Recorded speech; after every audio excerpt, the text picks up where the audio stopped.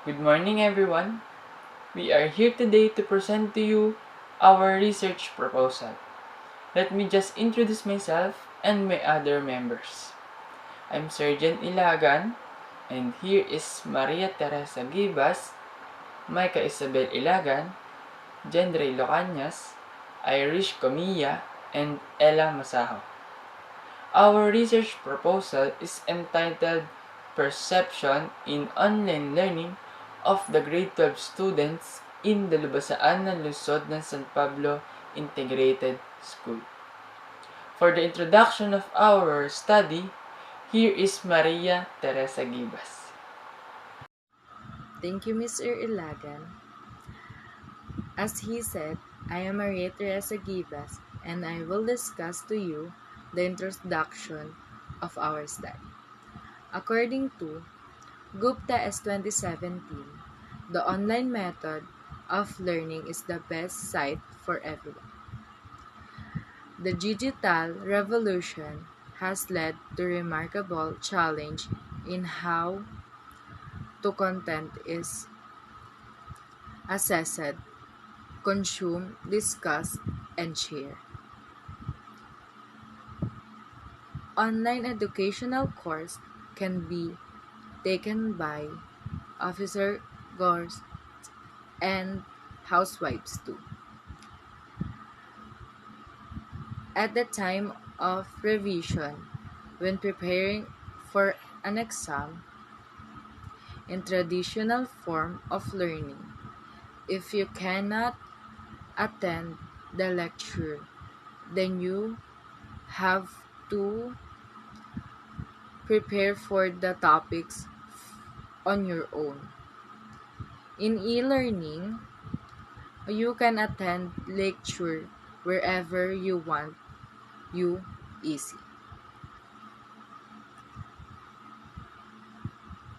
He also cited that today's learning wants relevant, mobile, self-paced, and personalized content. This need fulfilled with the online method of learning. Here, students can learn that their own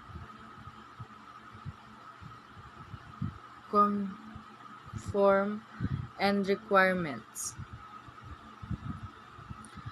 According to Mercado Seat 2008, online learning responds to this need by offering new was the teaching and learning.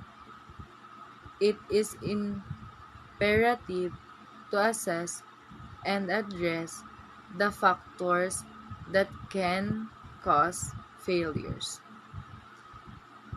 It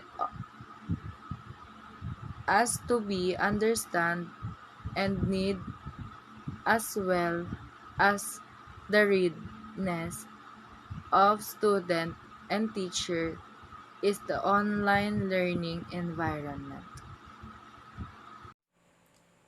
Thank you, Ms. Gibas. For the objectives of our study, it is to describe concisely what research is trying to achieve. The objectives of our study is to determine the effectiveness of online learning, to determine the perception of grade 12 students of the LSPIS to online learning, and to determine if there is a significant relationship between online learning and academic performance of grade 12 students of the LSPIS. Next to the objectives is the significance of the study, which we'll discuss by Ella Masaho. Thank you, Ms. Ilagan, for the significance of the study. The findings which this study will reveal may benefit certain groups, and they may able to gain as the following. School administrator.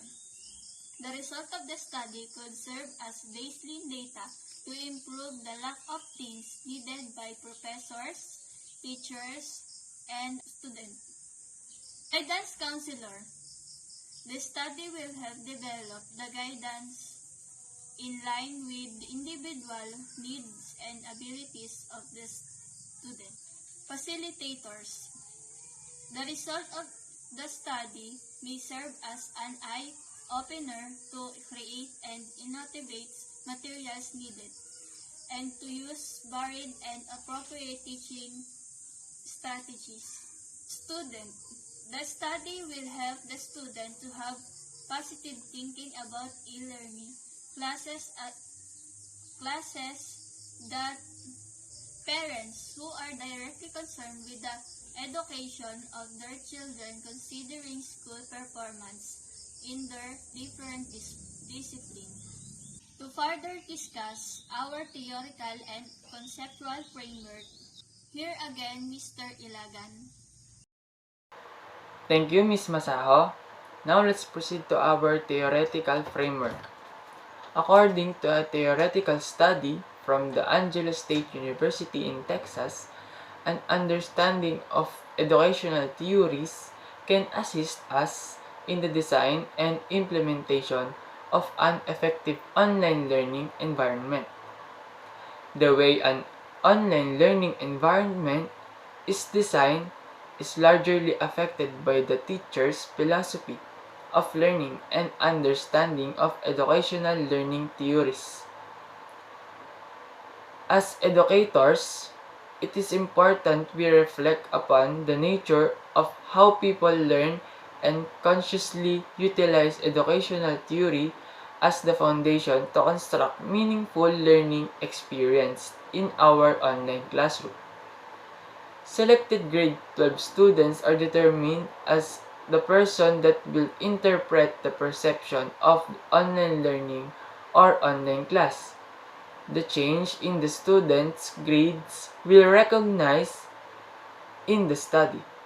Students should engage active, constructive, intentional, authentic, and cooperative activities. In our conceptual framework, our independent variable are grade 12 students and online learning class.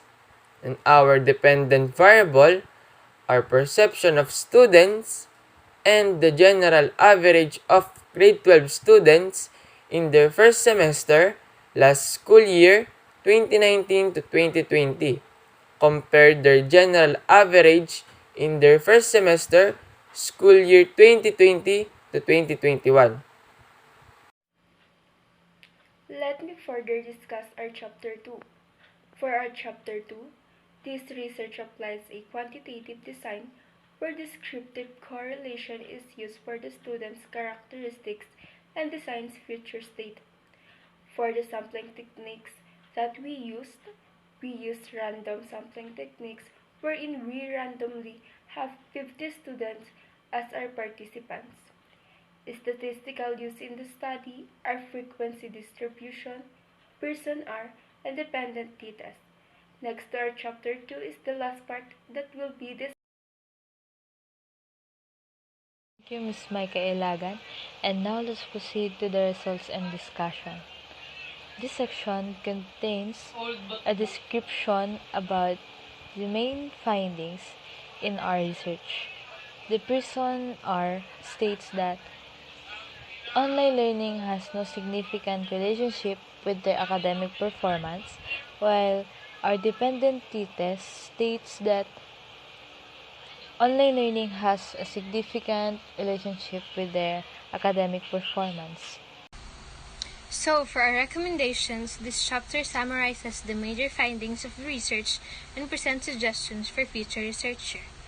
The findings presented in this report were based on the research performed using specific materials. Therefore, future research could be done with a homogeneous group of students using a larger sample size, including more schools or universities in the study. We also recommend this research for the teachers. because it also has provided valuable information from students that can serve both online instructors or teacher in providing more effective online education. And as for the students, this research can help them to determine the difference in their learning between online learning and face-to-face classes, if the online learning helps them to improve or cause much more challenges in their study. And that's all for our recommendations. Thank you.